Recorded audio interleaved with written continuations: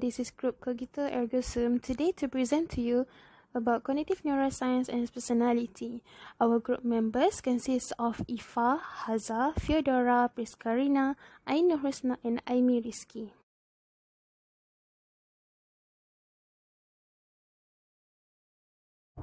Hello, we are Cogito Ergo and we are about to present on our topic, cognitive neuroscience and personality.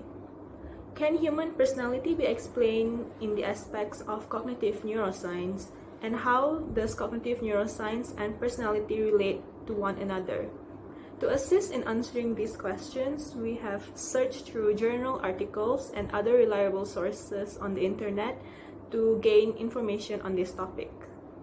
Studies in cognitive neuroscience have shown that cognition and brain processes are related to personality. From our findings on personality and on the brain, personality dynamics vary in each individual, which can be related to the mind's cognition in the individual. Personality manifests itself in different and varying cognitive abilities and emotionality. Functions of the brain have made this personality neuroscience possible to be explained and to be examined. Key assumption of personality in the aspect of cognitive neuroscience is that individual cannot be understood until the brain is understood. Besides looking in depth into the human brain and the functions of the human brain, we have also looked into the aspects of personality model, in particular the Big Five personality.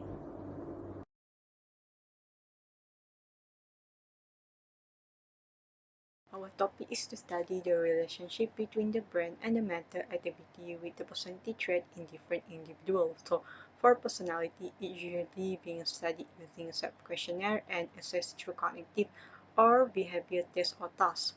And the Big Five personality, which is the ocean, is commonly used to represent the personality. And for the brain activity, it's usually being studied using the fMRI, MRI, and the PET scan. So for the goal of study, we aim to study the relationship between personality and the cognitive neuroscience. We also want to know how the two different components related to each other. Besides, we also want to investigate whether people with different personality have different in terms of cognitive neuroscience, and we also want to apply the knowledge in our scope of study and work as a psychologist. For the relevance of study, we can apply the knowledge when helping other people. For example, the patient with personality disorder, as we able to give them a proper treatment. We also able to help improve the human quality of life, for example, in helping for career planning. This topic is interesting as personality play important role in our daily life, as it mostly influences how we see things and how we react towards the world. So for the background of the study, the personality traits can influence the information processing model such as the memory, attention, and decision making. Besides that, the fMRI able to indicate the individual difference in neurological functioning, for example, the extroversion and anxiety to the attentional functioning. Besides that, the cognitive patterning shows that person with high level of neuroticism is associated with the difficulties in managing a task that require high demand of attention and working memories.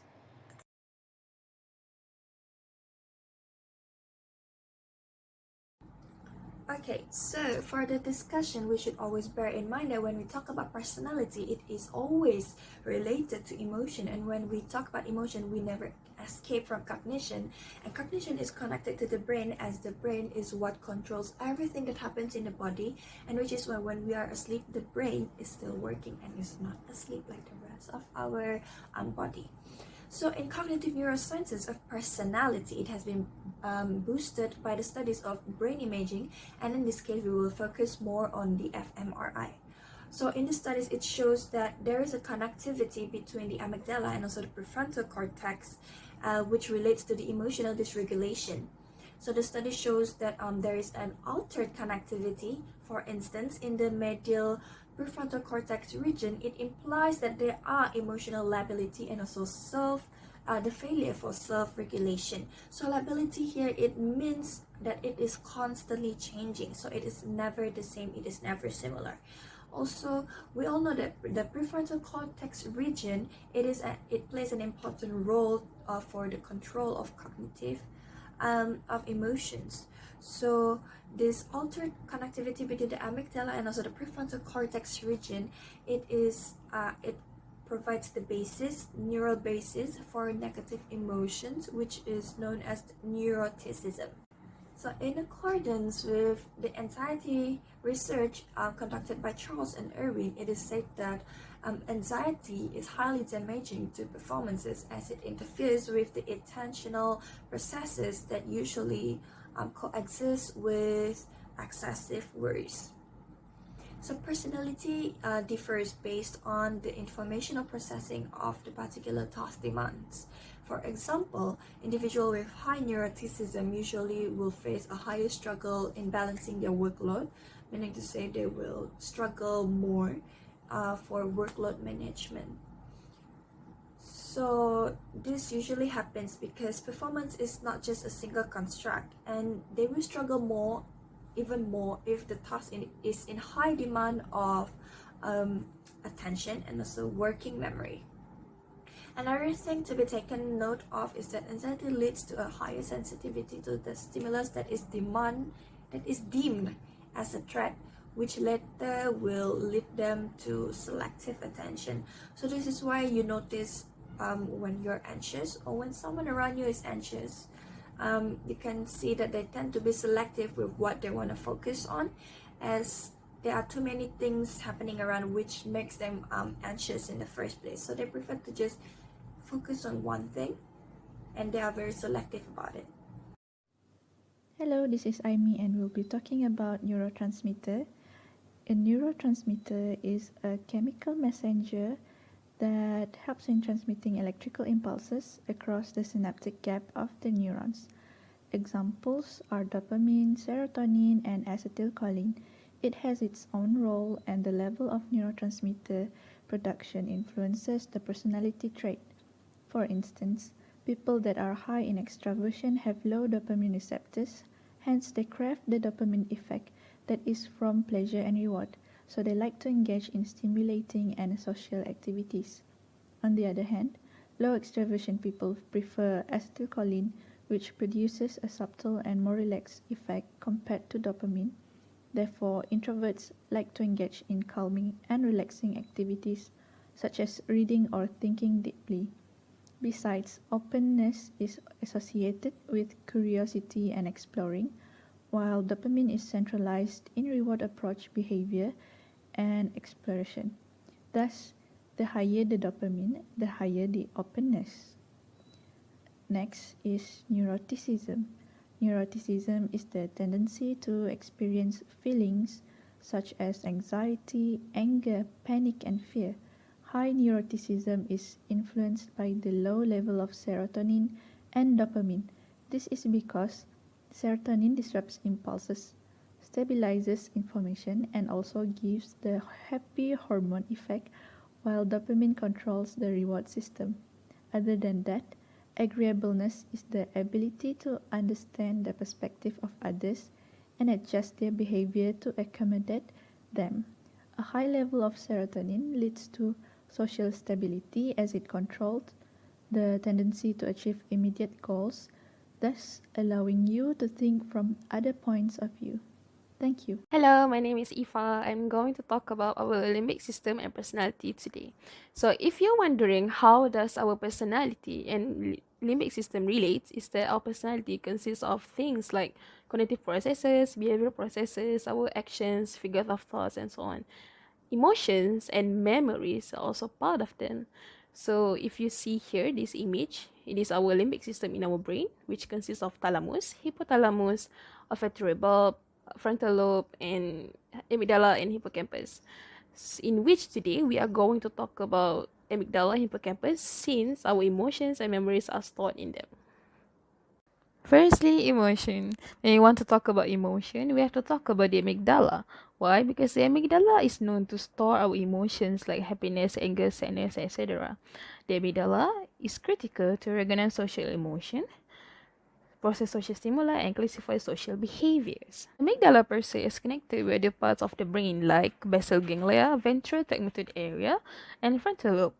This shows that in almost everything we do, emotions are constantly involved, which we can say about our personality, that all these parts in our brain affects our personality. Well, let's talk about memory. Memory is any form of information that we store and retrieve in our brain. Memories have several types, which is working memory, sensory memory, short-term memory, and long-term memory. Huge understanding of hippocampus can be understood by the case of HM. If you don't know about HM, you can Google about this person. But long story short, HM is a patient that suffers with seizures. So one day, he goes to meet a doctor. So this doctor was so berani. He removed his hippocampus, which at that time no one actually knows what hippocampus function is about. So the result shows that HM no longer suffers with seizures, but instead now he cannot form any kind of memory, and that is how the study of hippocampus and memory starts. If you see here in the slides, these are the memory formation steps of what researchers have found after the case of HM. To give you a very simple example of how memory can relate to personality. Let's say we want to talk about the agreeableness trait in ocean, right? So when you want to agree to someone, you must have a memory of that kind of information that you want to agree on. So that explains about your memory. That explains about your personality, because you retain that information in your brain, in your memory, so you agree to that someone. That's all from me. Thank you.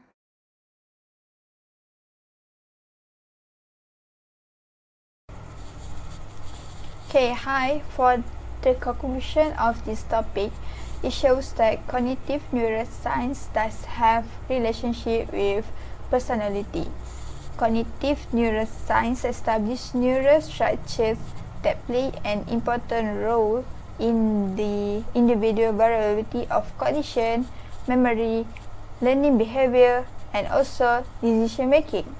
We are living in different levels of gray matter volume and also having difference in processing emotional information based on our structure such as the amygdala and the anterior cingulate cortex.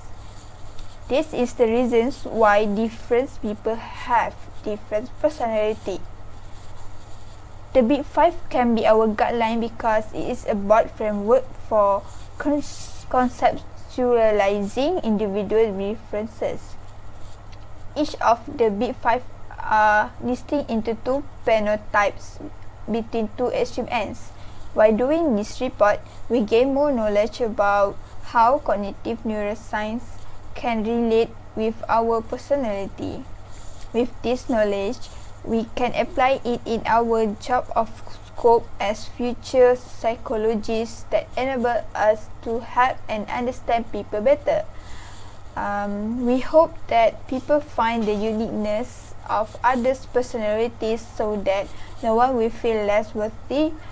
It is too complex and varied for each person because we may display behavior across several dimensions. And a personality is a reflection of a person, identity of a human being, but we don't share the same type of the personality. Therefore, we have to embrace our uniqueness in personality. So that's all from us. Thank you.